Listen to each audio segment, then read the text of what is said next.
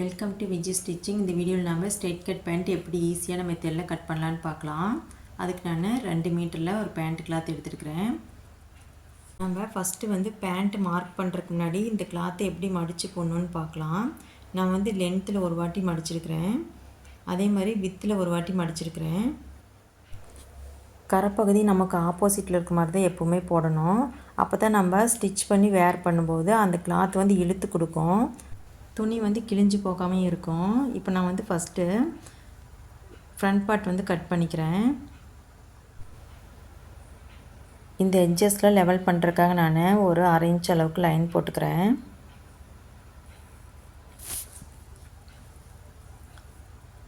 அதுக்கப்புறம் 2 இன்ச் அளவுக்கு நான் மார்க் பண்ணிக்கிறேன். இது வந்து கீழே கால்கிட்ட மடித்து தைக்கிறதுக்காக மார்க் பண்ணிவிட்டு லைன் போட்டுக்கிறேன். இப்போ சைடில் வந்து நான் ஒரு 1/2 இன்ச் அளவுக்கு ஒரு லைன் போட்டுக்கிறேன்.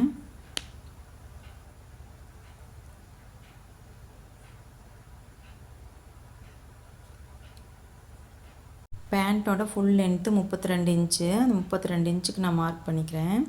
கொஞ்சம் தள்ளி வச்சு மறுபடியும் 32 இன்ச்சுக்கு மார்க் பண்ணிக்கிறேன். இப்போ இந்த மார்க்கிங்கில் ஒரு லைன் போட்டுக்கிறேன்.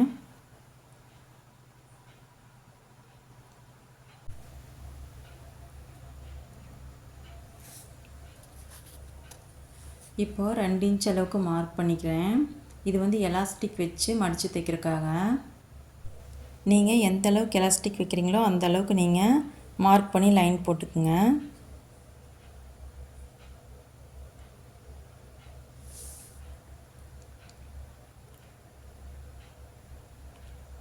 இப்போ வந்து ஹிப் ரவுண்டு எவ்வளோ அப்படின்ட்டு பார்க்கலாம். இப்போ இவங்களோட ஹிப் ரவுண்டு 36 இன்ச்சு.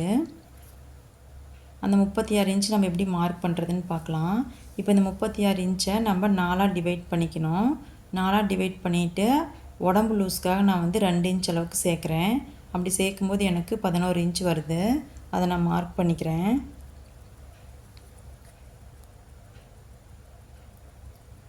மேலே அதே மாதிரி 11 இன்ச்சுக்கு மார்க் பண்ணிக்கிறேன். இப்போது கிராச் லென்த் மார்க் பண்ணிக்கலாம். இப்போ கிராச் லென்த் மார்க் பண்ணுறதுக்கு இவங்களோட சீட் ரவுண்டு எடுத்துக்கலாம். இவங்களோட சீட் ரவுண்டு 41 இன்ச்சு. அந்த 41 இன்ச்சை 4ஆக டிவைட் பண்ணிக்கணும். 4ஆக டிவைட் பண்ணால் 10.25 இன்ச்சு கிடைக்குது. அது கூட நான் உடம்பு லூஸ்க்காக 2 இன்ச்சு சேர்த்துக்கிறேன். 2 இன்ச்சு சேர்க்கும் போது எனக்கு 12.25 இன்ச்சு கிடைக்குது. நான் வந்து 12 இன்ச்சை மார்க் பண்ணிக்கிறேன். இப்போ ஹிப் ரவுண்ட்லேருந்து கீழே 12 இன்ச்சுக்கு மார்க் பண்ணிக்கணும். மார்க் பண்ணிவிட்டு ஹிப் ரவுண்ட் நம்ம என்ன மார்க் பண்ணமோ அதையே நம்ம கீழே வந்து கொண்டு வந்துடணும்.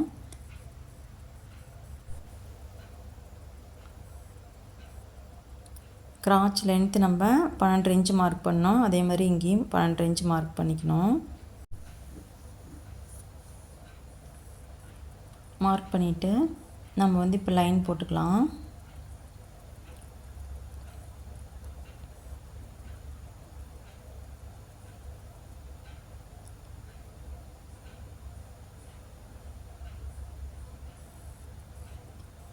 இப்போ 12 இன்ச் இருக்குது அப்படின்னு செக் பண்ணி பார்த்துக்கலாம். 2 பக்கமும் 12 இன்ச் இருக்குது.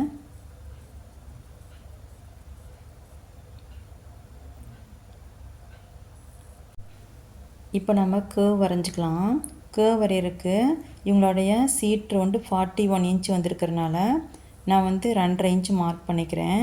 இதே 40க்கு கீழே இருந்தால் 2 இன்ச் மார்க் பண்ணாவே போதும்.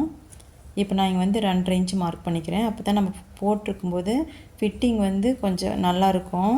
அதாவது வண்டியில் உட்காரும்போதும் சரி, கீழே உட்காரும்போதும் சரி, துணி வந்து டைட்டாக இழுத்து பிடிக்காமல் இருக்கும். அதுக்காக தான் நான் இங்கே 2.5 இன்ச் கொடுத்துருக்குறேன். லைட்டாக கேர்வ் வரைஞ்சிக்கலாம்.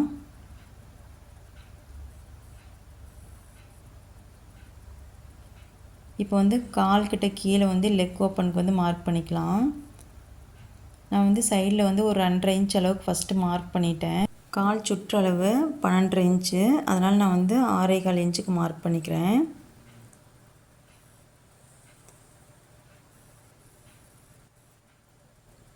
மார்க் பண்ணிவிட்டு நம்ம மேலேருந்து லைன் போட்டுக்கலாம்.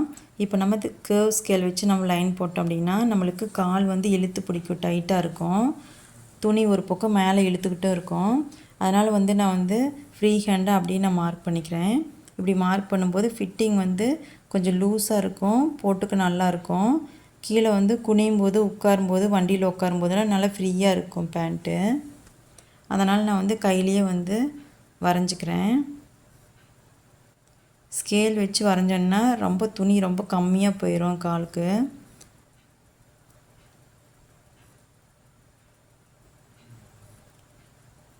அதனால் நான் வந்து ஃப்ரீ ஹேண்டாகவே வரைஞ்சிட்டேன். ஃப்ரண்ட் பார்ட்டை நம்ம மார்க் பண்ணி முடிச்சிட்டோம். இதை கட் பண்ணி எடுத்துக்கலாம். நம்ம எப்போவுமே வந்து ஃப்ரண்ட் பார்ட்டை வந்து மார்க் பண்ணும்போது கரெக்டான மெஷரிங்கில் வந்து மார்க் பண்ணிக்கணும். அதாவது ஈஸ் அலவன்ஸ் மட்டும் கொடுத்து மார்க் பண்ணிக்கணும். சீம் அலவன்ஸ் வந்து நம்ம பேக் பார்ட்டில் வந்து கொடுத்துக்கலாம்.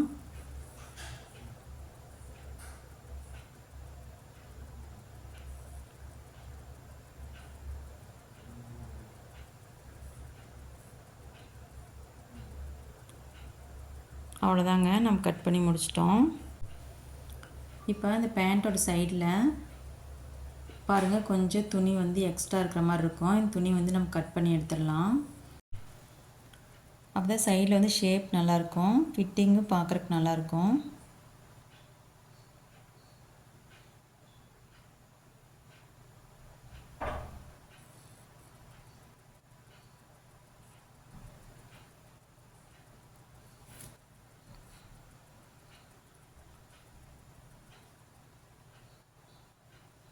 இப்போ நம்ம அந்த கால்கிட்ட வந்து மடித்து தைக்கிறதுக்கு சிசர் கட் போட்டுக்கலாம்.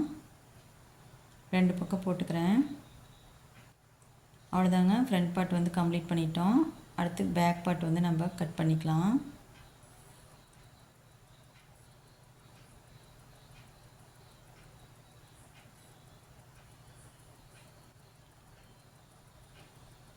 இப்போ ஓப்பன் சைடு வந்து ஆப்போசிட்டில் இருக்கிற மாதிரி நம்ம போட்டுக்கணும்.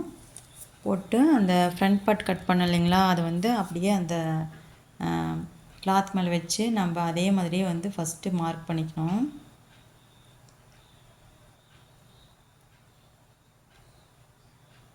சைடில் ஃபஸ்ட்டு மார்க் பண்ணிக்கலாம். அதாவது முன்பக்கம் இருக்குதுங்களா, அதை வந்து ஃபஸ்ட்டு மார்க் பண்ணிக்கலாம். நம்ம வந்து கேப் 2.5 இன்ச் விட்டோம் இல்லைங்களா, அந்த 2.5 இன்ச் கரெக்டாக அந்த இடத்துக்கு இருக்குதான்னு பார்த்துட்டு மார்க் பண்ணிக்கலாம்.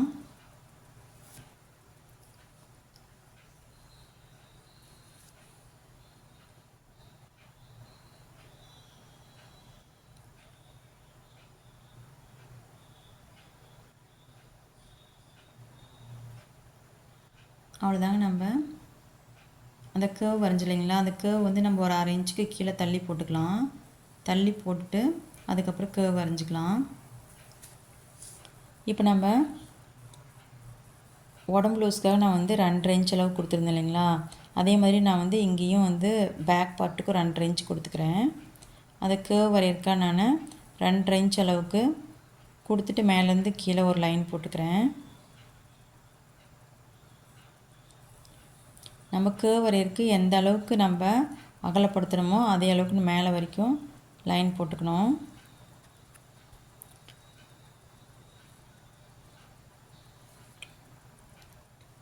லைன் போட்டு அதுக்கு மேலே நான் வந்து 2.5 இன்ச் மார்க் பண்ணிக்கிறேன். இது எதுக்கு அப்படின்னா, நம்மளுக்கு பேண்ட் நம்ம வந்து போடும்போது இடுப்புலேருந்து கீழே வந்து குனியும் போதில் கழண்டு வர மாதிரி இருக்கும். பேக்கில் மட்டும் பேண்ட் வந்து கீழே இறங்கி வரும். அப்படி இறங்காமல் இருக்கிறதுக்காக தான் இந்த மேலே வந்து 2.5 இன்ச் நான் கொடுத்துருக்குறேன். பேண்ட்டு கீழே இறங்கி வராமல் இருக்கும், கால்கிட்ட கீழே வந்து இழுக்காமே இருக்கும். அதனால் நான் மேலே வந்து 2.5 இன்ச் கொடுத்துருக்குறேன். இதுவே வந்து சீட்டோடைய ரவுண்டு 40 இன்ச்சுக்குள்ளே இருந்தது அப்படின்னாக்கா 2 இன்ச் அளவு கொடுத்தாலே போதும்.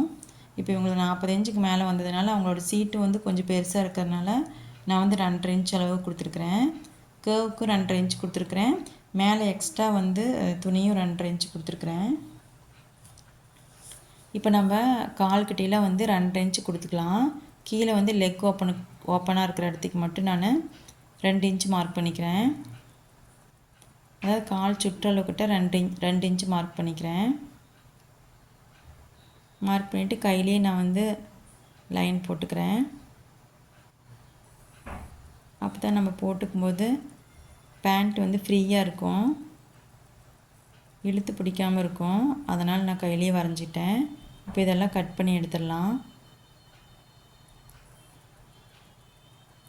பேக் பார்ட்டுக்கு மட்டும் ஒரு 1.5 இன்ச்சு எக்ஸ்ட்ரா வந்து கிராஸாக லைன் போட்டுக்கணும்.